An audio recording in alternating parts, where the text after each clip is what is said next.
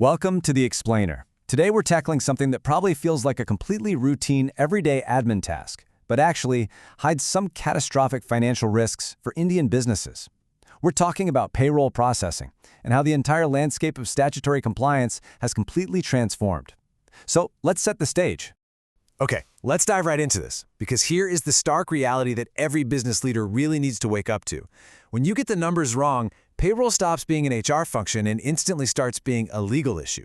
Every single payslip your company generates carries immense statutory weight.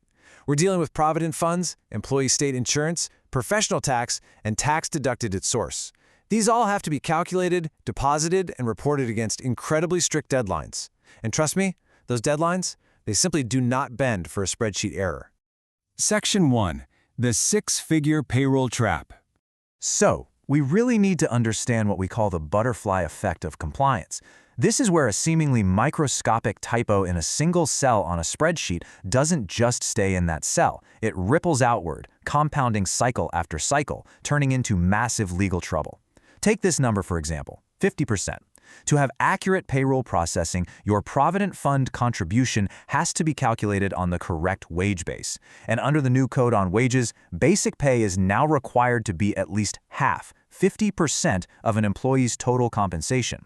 Now, splitting the basic salary component below that threshold just to reduce your PF outflow might look like a really clever efficiency on paper.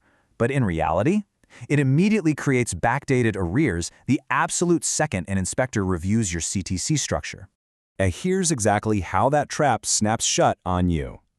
A single miscalculated PF contribution, repeated across just 40 employees for 1 year, balloons into a massive six-figure liability. Accuracy isn't just some one-off calculation you do at the end of the year. It's the operational backbone of your compliance. It has to be repeated flawlessly every single cycle across every single employee without exception. Moving on to Section 2. Where do errors hide? Let's look at the actual mechanics of everyday payroll to see exactly where these incredibly costly mistakes originate. Because if we know where they start, we can stop them at the source. Here are your usual suspects, the 5 core payroll errors. We've got wage-based miscalculations, ESI threshold drift, TDS mismatches, multi-state gaps with professional tax and labor welfare funds, and loss of pay calculation errors. Now, what's totally fascinating, and honestly really dangerous, about these errors is that they aren't dramatic. They are small, highly repeatable, and incredibly easy to miss if you're relying on a manual workflow.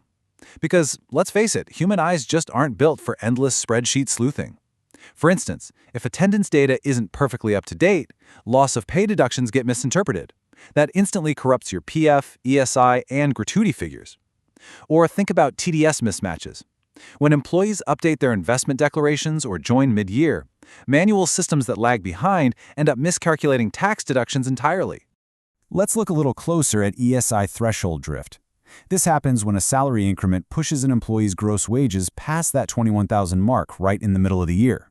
Legally, this instantly changes the employee's ESI compliance status, and this brilliantly illustrates why manual teams run into so much trouble.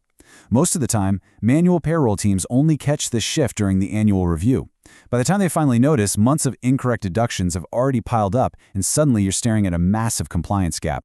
Then, of course, there's the geographic challenge. Just imagine a workforce spread across Maharashtra, Karnataka, and Delhi. That means you are dealing with 3 states, 3 completely different slab structures, and 3 separate due dates. It literally multiplies your chances of getting professional tax and labor welfare fund deductions completely wrong. Honestly, it's just way too much to track reliably on a standard spreadsheet. Section 3. The cost of getting caught. Okay, so we've seen how these errors happen. Now let's escalate the stakes significantly.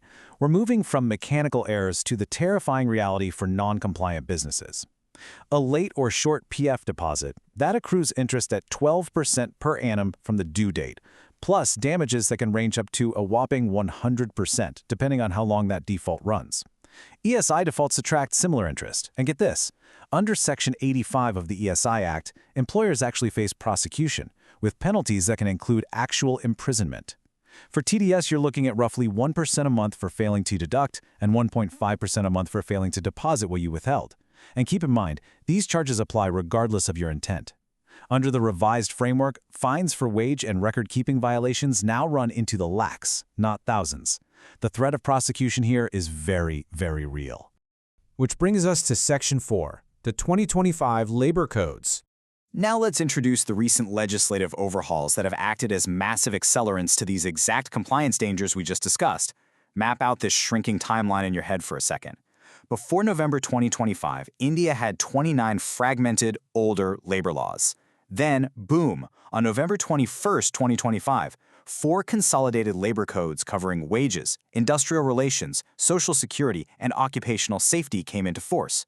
And they didn't just change the terminology, they redefined the very definition of wages itself, tightened settlement timelines, and mandated some seriously unforgiving digital record keeping.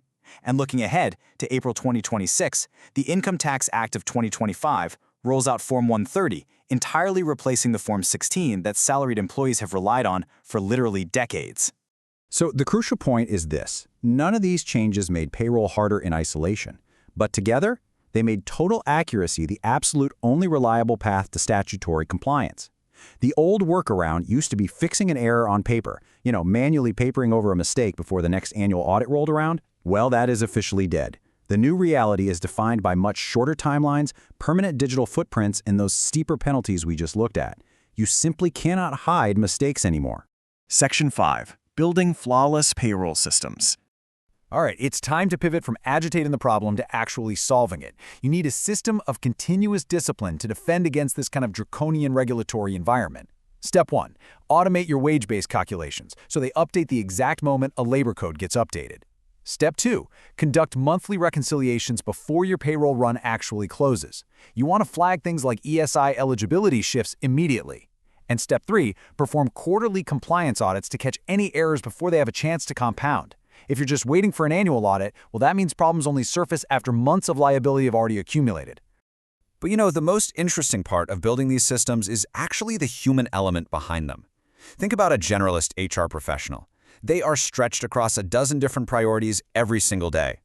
They cannot possibly be expected to track every subtle state-level legal update. True accuracy requires someone fully accountable for reading regulatory updates before they turn into audit findings.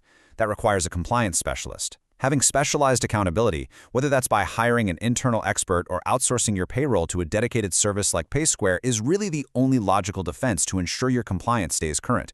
Otherwise, you're demanding constant panicked attention from an internal team that's already overwhelmed. Which brings us to our final thought. I want you to look at your own operations.